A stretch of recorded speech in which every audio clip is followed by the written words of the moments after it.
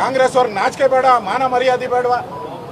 ನೀವೇ ಅಧರ್ಮ ಮಾಡಿಬಿಟ್ಟು ನಾವು ಡಯಾಸ್ ಹತ್ತಿದ್ದೀರಿ ಅಂತೇಳಿ, ಸ್ಪೀಕರ್ ಅವರ ವೇದಿಕೆ ಹತ್ತಿದ್ದೀರಿ ಅಂತೇಳಿ 6 ತಿಂಗಳು ಸಸ್ಪೆಂಡ್ ಮಾಡ್ತೀರಾ? ನಾವ್ ಯಾವುದಕ್ಕೂ ಜಗ್ಗಲ್ಲ ಬಗ್ಗಲ್ಲ, ಪ್ರಶ್ನೆನೇ ಇಲ್ಲ ಇದಕ್ಕೆ.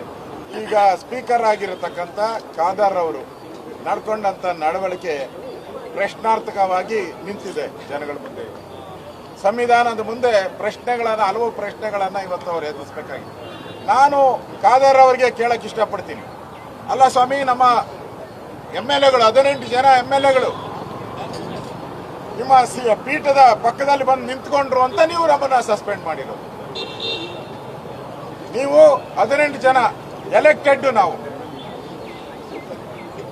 ಜನಪ್ರತಿನಿಧಿಯಾಗಿ ಎಲೆಕ್ಟ್ ಆಗಿದ್ದೀರಿ. ನಾವು ಸಂವಿಧಾನದ ಪರವಾಗಿ ಎಲೆಕ್ಟ್ ಆಗಿ ಸಂವಿಧಾನದ ಪರವಾಗಿ ಓತು ತಗೊಂಡಿದ್ದೀರಿ. ನಾವೆಲ್ಲರೂ ಕೂಡ ಸಂವಿಧಾನದ ಓತ್ ತಗೊಂಡು ನಾವು ಅಸೆಂಬ್ಲಿ ಒಳಗಡೆ ಬಂದಿದ್ದು.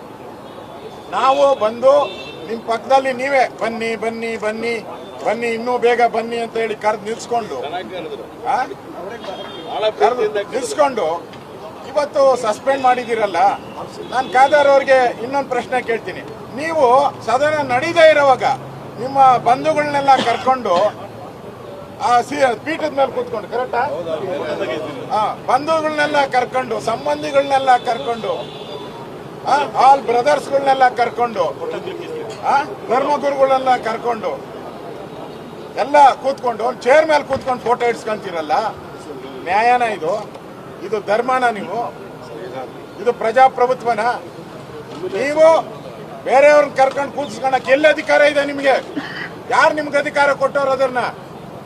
ಇವತ್ತು ನಮ್ಮ ಶಾಸಕರು ಅಲ್ಲಿ ಎಲೆಕ್ಟ್ ಆಗಿರೋ ಶಾಸಕರು ಹೋದ್ರೆ ಅಪರಾಧ, ಎಲೆಕ್ಟ್ ಆಗದೆ ಇರೋ ನಿಮ್ಮ ಬಂಧುಗಳು ಬ್ರದರ್ಸ್ಗಳೆಲ್ಲ ಬಂದು ಅಲ್ಲಿ ಫೋಟೋ ನಿಂತ್ಕೊಂಡು ಫೋಟೋ ತೆಗೆಸ್ಕೊಂಡ್ರೆ ಅದು ಪರ್ಫೆಕ್ಟಾ? ಇದೇನಾ ಡೆಮಾಕ್ರಸಿ? ಸ್ಪೀಕರ್ ಹೇಳ್ತೀರಾ, ಹಿಂದೆ ಸ್ಪೀಕರ್ ಅವರು ಯಾರು ನಮ್ಮ ಮಂಗಳೂರಿನ ಯೋಗೇಶ್ ಭಟ್ರು ಉಪ ಸ್ಪೀಕರ್ ಆಗಿ ಕೂತಿದ್ರು. ಅವ್ರನ್ನ ಎಳೆದಾಡಿ ಮೈಕ್ ಎಲ್ಲ ತಗೊಂಡು ಹೊಡೆದ್ರಿ.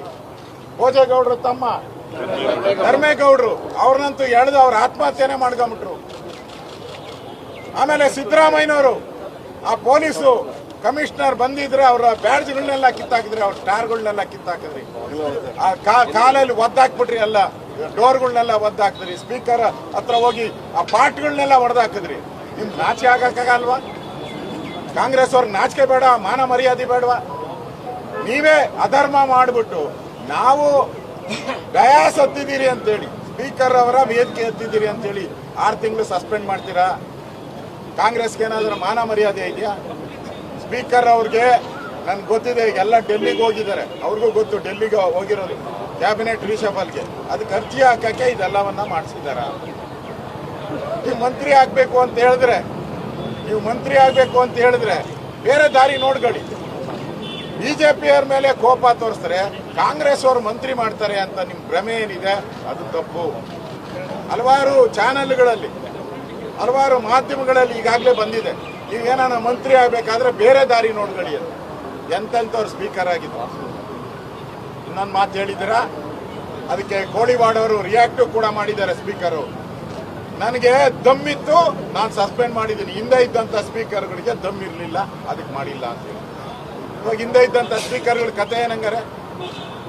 ಎಂತೆಂಥ ಮಹಾನ್ ವ್ಯಕ್ತಿಗಳು, ಈ ದೇಶ ಈ ರಾಜ್ಯಕ್ಕೆ ಕೊಡುಗೆಗಳನ್ನ ಕೊಟ್ಟಂತ ಆ ಸ್ಪೀಕರ್ಗಳು, ಅವ್ರ ಕಥೆ ಏನಾಗ್ಬೇಕೀಗ? ಕೋಳಿವಾಡ ಒಬ್ಬರು ರಿಯಾಕ್ಟ್ ಮಾಡಿದ್ದಾರೆ, ಅದಕ್ಕೆ ಸ್ಪೀಕರ್ ಆಗಿದ್ರು, ಈ ಭಾಷೆ ಎಲ್ಲ ಉಪಯೋಗ ಸರಿ ಇಲ್ಲ ಅಂತ ಹೇಳಿದ್ದಾರೆ.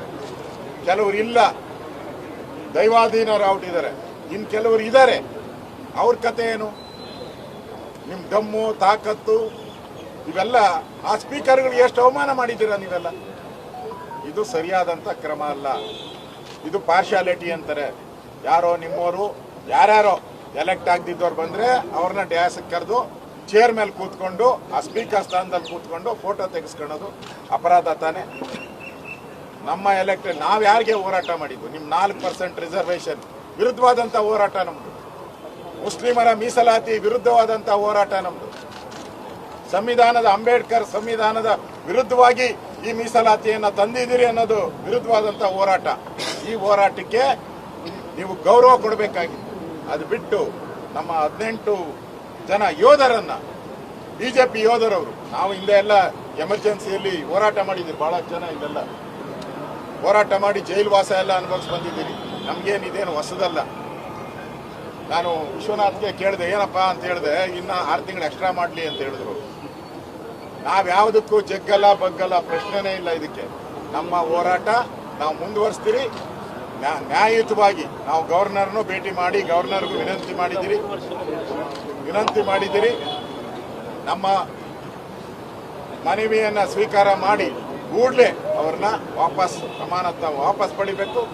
ಅವರು ಪ್ರಜಾಪ್ರಭುತ್ವದ ರೀತಿ ಏನು ಎಲೆಕ್ಟ್ ಆಗಿರೋ ಪ್ರಜಾಪ್ರಭುತ್ವ ಎಲೆಕ್ಟ್ ಆಗಿರೋರಿಗೆ ಅವರ ಕೆಲಸ ಕಾರ್ಯಗಳನ್ನ ಮಾಡಕ್ಕೆ ಅನುವು ಮಾಡಿಕೊಡ್ಬೇಕು ಅನ್ನೋ ಆಗ್ರಹವನ್ನ ಇವತ್ತು ನಮ್ಮ ಪಾರ್ಟಿಯ ವತಿಯಿಂದ ನಾವು ಹೋರಾಟಗಳನ್ನ ನಾವು ಮಾಡ್ತಾ ಇದ್ದೀರಿ.